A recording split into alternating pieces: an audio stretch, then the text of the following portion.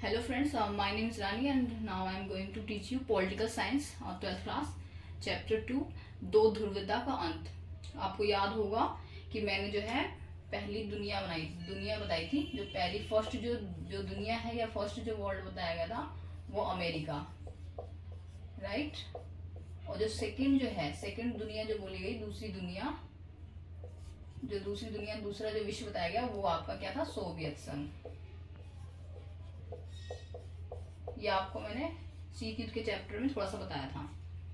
तो जो है हम इसमें जो है दो ध्रुवता का अंत में हम अधिकतम किसके बारे में चर्चा करेंगे, सोवियत संघ की। जो सोवियत संघ है उसकी क्या विशेषता रही है, सोवियत संघ ने कैसे अपने आप को जो है स्थापित किया, और सोवियत संघ ने जो है कैसे मतलब उसका विघटन हुआ और कैसे वो रहा है। तो सोवियत संघ से पहले आपको ये ध्यान रखना है कि यहाँ पे जो एक दीवार थी, क्या थी, दीवार, जो कि 1961 में स्थापित की गई थी। इस दीवार का नाम था बर्लिन की दीवार। किसकी दीवार, बर्लिन की दीवार, ठीक है।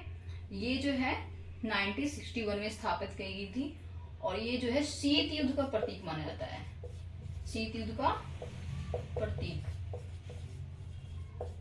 शीत युद्ध का प्रतीक माना जाता है। दूसरा जो है आपका जो है जब ये यहाँ के लोगों के द्वारा मांग उठने लग गई तो इस दीवार को गिरा दिया गया। तो ये कब गिराया गया, 1989 में इस दीवार को गिराया गया।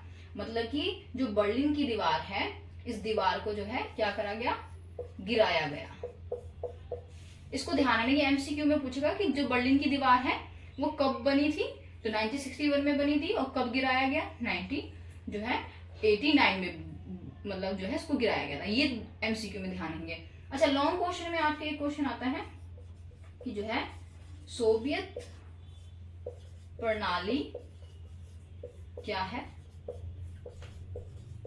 एवं इसकी विशेषता, इसकी विशेषता क्या है, ठीक है, ये क्वेश्चन में आता है। तो पहले हम सोवियत प्रणाली को समझेंगे। जो सोवियत प्रणाली है, तो पहले सोवियत जो है संघ, इस सोवियत संघ की जो स्थापना हुई थी ये कब हुआ, 1917 में। ये ध्यान रखेंगे आप। इसको ही बोलते हैं यूएसएसआर, ये भी ध्यान रखेंगे। जो है इसको ही यूएसएसआर बोला जाता है। और जो सोवियत संघ की जो स्थापना हुई थी वो जो है 1917 में हुआ। और ये जो है कितने, 15 गणराज्य का क्या है, समूह है, क्या है, समूह है, ठीक है। तो सोवियत प्रणाली क्या है, सोवियत प्रणाली जो है वो इसकी जो स्थापना हुई है, सोवियत संघ की स्थापना 1917 में हुई। और ये 15 गणराज्य का समूह जो है समूह है। और ये समूह मिलकर जो है ये सोवियत संघ का जो है निर्माण करते हैं। सोवियत प्रणाली इसकी विशेषता क्या है, सोवियत प्रणाली की जो है बहुत सारी विशेषताएं देखी जाती हैं, जिसमें हम देखेंगे। इसमें क्या है, कम्युनिस्ट पार्टी का जो है सरकार थी। किसकी सरकार थी, इसमें आप ध्यान रखेंगे कम्युनिस्ट पार्टी की सरकार थी। इसमें कम्युनिस्ट पार्टी की क्या थी, सरकार। ये छोटे छोटे एमसीक्यू में भी ज्यादा पूछेंगे। अच्छा, इसकी विशेषता देख लेते हैं, सोवियत प्रणाली की विशेषता क्या है। विशेषता आपको ऐसे लिखना है, सोवियत प्रणाली की विशेषता में क्या है, जो है उन्नत संचार प्रणाली।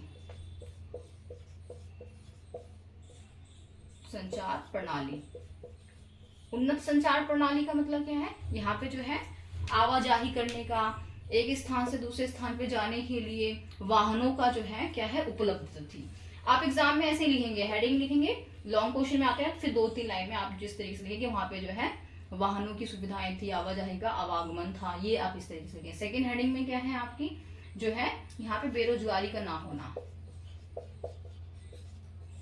बेरोजगारी का ना होना। मतलब यहाँ पे बेरोजगारी जो है कहाँ की बात कर रहे हैं, सोवियत प्रणाली मतलब सोवियत संघ की बात कर रहे हैं। यहाँ पे बेरोजगारी जो है ना के बराबर थी, बेरोजगारी मतलब था ही नहीं कह सकते हैं। संपत्ति का मालकियत या वर्चस्व बोल सकते हैं, दबदबा बोल सकते हैं या हक बोल सकते हैं, जो भी बोल लीजिए। ये जो है ये किसके पास था, सरकार के पास, सरकार के पास होना। ठीक है। संपत्ति का मलकियत मतलब कि जैसे हमारे अभी समाज में क्या होता है, हम कमाते हैं, अर्निंग करते हैं, तो पर्टिकुलर एक व्यक्ति के पास होता है, लेकिन वहां पे ऐसा नहीं होता था। अगर एक व्यक्ति 10,000 रुपये कमा रहा है, दूसरा 15,000 कमा रहा है, तो सारा जो है वो सरकार के नियंत्रण में होता था। फिर सरकार जो है उसको डिस्ट्रीब्यूट करती थी, बांटती थी सबको बराबर बराबर करके। ये इसकी तीसरी विशेषता है। चौथी विशेषता क्या है, आवागमन। आवागमन की क्या है, सुविधा। यहाँ पे आप आवागमन की सुविधा का मतलब यहाँ पे आप एक स्थान से दूसरे स्थान पे जा सकते हैं और जो है आसानी से जो है आप यात्रा वगैरह कर सकते हैं। वस्तु की उपलब्धता,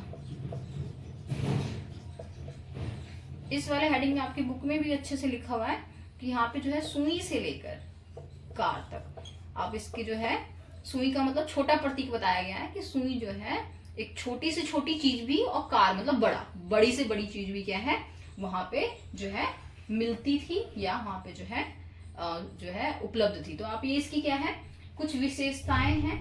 ठीक है। इसके अलावा न्यूनतम जीवन सुविधाएं, न्यूनतम जीवन सुविधा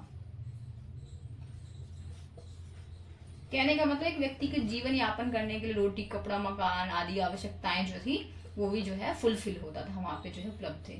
इसके बाद जो है हम थोड़ा सा जो देख लेते हैं सोवियत प्रणाली के दोष।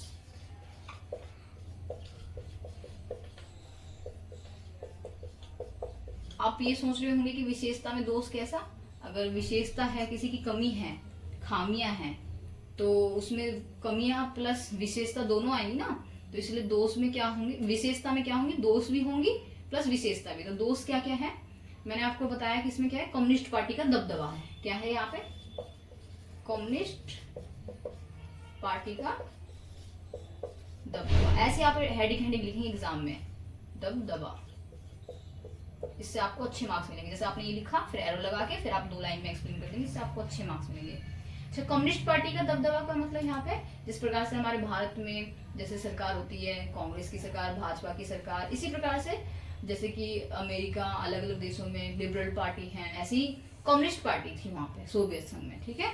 तो कम्युनिस्ट पार्टी का दबदबा मैंने आपको बताया। सोवियत संघ का मतलब यहाँ पे क्या है कि ये जो है सभी, इसका खुद का मतलब एक व्यक्ति का खुद का जो है अपना कोई अधिकार नहीं था। सरकार जो निर्णय कौन लेती थी, सरकार। दबदबा मतलब समझ में आ गया होगा, जो है जो भी निर्णय लेगी वो कौन लेगी, कम्युनिस्ट पार्टी लेंगी। आप अंदर हेडिंग बना के लिख लेंगे।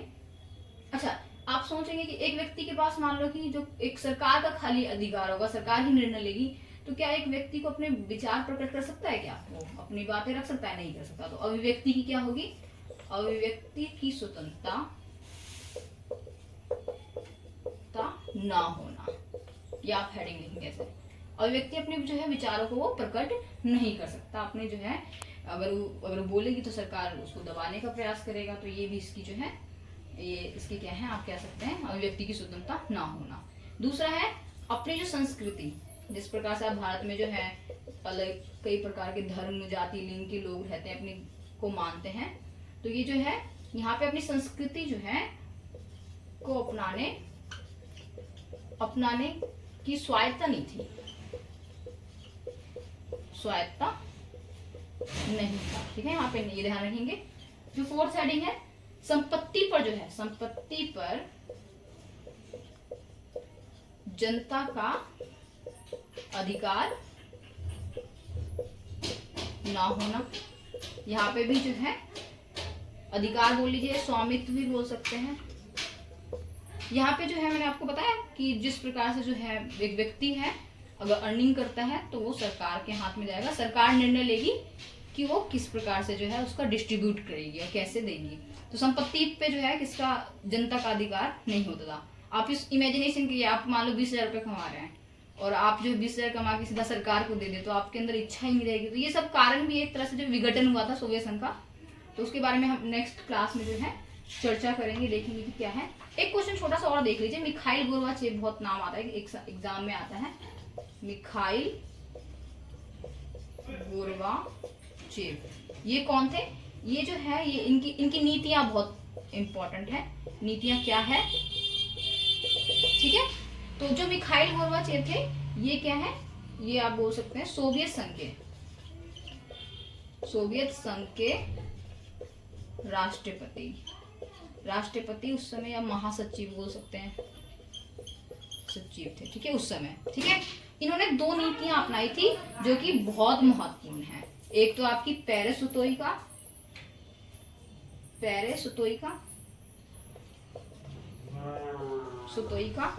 और दूसरा है ग्लासनोस्ट।